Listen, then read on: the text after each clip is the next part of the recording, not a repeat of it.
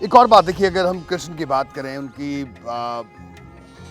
जैसे कहते हैं कि स्वस्थ शरीर में ही स्वस्थ आत्मा वास करती है, तभी आप सारे काम, सारी सिद्धियों को सिद्ध कर सकते हो। जी। तो इस बारे में क्या कहते हैं कृष्ण? कृष्ण क्या कहते हैं, उनका जीवन ही दर्शाता है कि पहली चीज़ तो उनका खान पान हमेशा बहुत अच्छा रहा, घर का रहा। और दूसरा खेलकूद, जो आजकल बच्चे ख़त्म कर चुके हैं। मुझे ऐसा लगता है कि सारा खेलकूद अब आईपैड और फ़ोन में ही बच गया है। और कृष्ण के जीवन को जब हम देखते हैं कि जब तक वे गोकुल वृंदावन में रहे, तब तक वो इस चीज़ के लिए प्रसिद्ध थे कि वो घर में ठहरते नहीं थे। जी। वो दिन भर खेलते थे, वो गैया चराने जाते थे। और जब आप गैया चराने जाते हैं तो आपको बहुत चलना पड़ता है, भागना पड़ता है।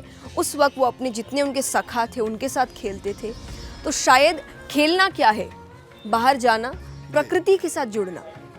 जब आप बाहर नहीं जा रहे हैं, जब आप खेल नहीं रहे हैं, जब आप गिर नहीं रहे हैं, जब आप उठ नहीं रहे हैं, तो आप प्रकृति से नहीं जुड़ रहे हैं। तो जब तक व्यक्ति प्रकृति से नहीं जुड़ेगा, तब तक मुझे नहीं लगता वो स्वस्थ हो सकता है।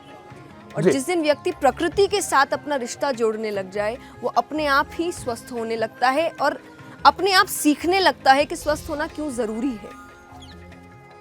जया जी, आपसे एक बात और जानना चाहेंगे। देखिए, आप कृष्ण का दर्शन की बात आप कर रहे हैं, और जो भागवत कथा है, जो भागवत कथा को लोग सुनते हैं और कहते हैं बड़ा पुण्य उससे मिलता है, तो आखिरकार ऐसा क्या जन्माष्टमी के दिन ऐसा क्या सुना जाए लोगों को? क्या लगता है आपको, भागवत का ऐसा कौन सा प्रसंग है जिसको आपको लगता है कि वैसे तो शायद उसके एक एक वाक्य में पुण्य है? जी, भागवत कथा मुझे ऐसा लगता है कि क्योंकि हम अभी प्रेम की बात कर रहे थे, जन्माष्टमी का उत्सव प्रेम को दर्शाता है कि वसुदेव जी, देवकी माता का जो प्रेम अपने पुत्र की तरफ था, फिर भगवान का प्रेम जो भक्तों की तरफ था जिसके लिए उन्होंने अवतार लिया, फिर नंद बाबा और यशोदा मैया का जो प्रेम भगवान की तरफ था, ब्रजवासियों का जो प्रेम, तो जन्माष्टमी कहीं ना कहीं प्रेम दर्शाती है। और श्रीमद् भागवत का सबसे सुंदर प्रसंग माना गया है, जिसको श्रीमद् भागवत का हृदय कहते हैं जी। जो प्रेम से भरा है, वो है गोपी उद्धव संवाद। कि जब उद्धव जी बड़े ज्ञानी हैं, हम सबको पता है, और वो बिल्कुल भगवान जैसे थे, चाल ढाल, नाक नक्शा, ज्ञान में उन्होंने देवताओं के गुरु बृहस्पति जी से विद्या प्राप्त की थी, पर वो प्रेम को थोड़ा कम आंकते थे।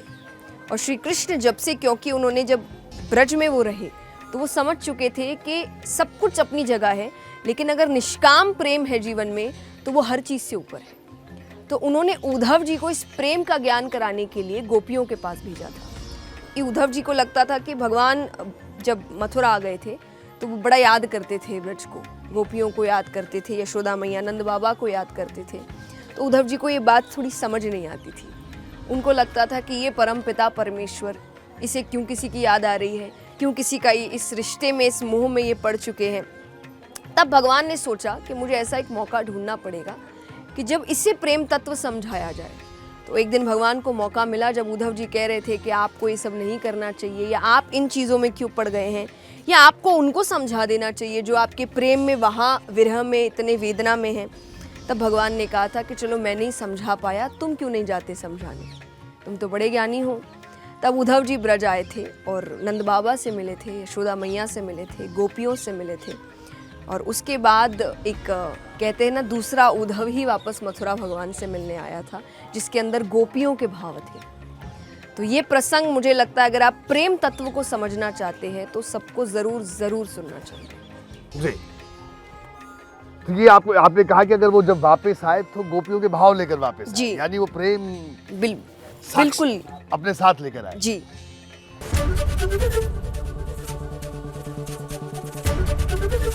एबीपी गंगा, खबर आपकी, जुबान आपकी।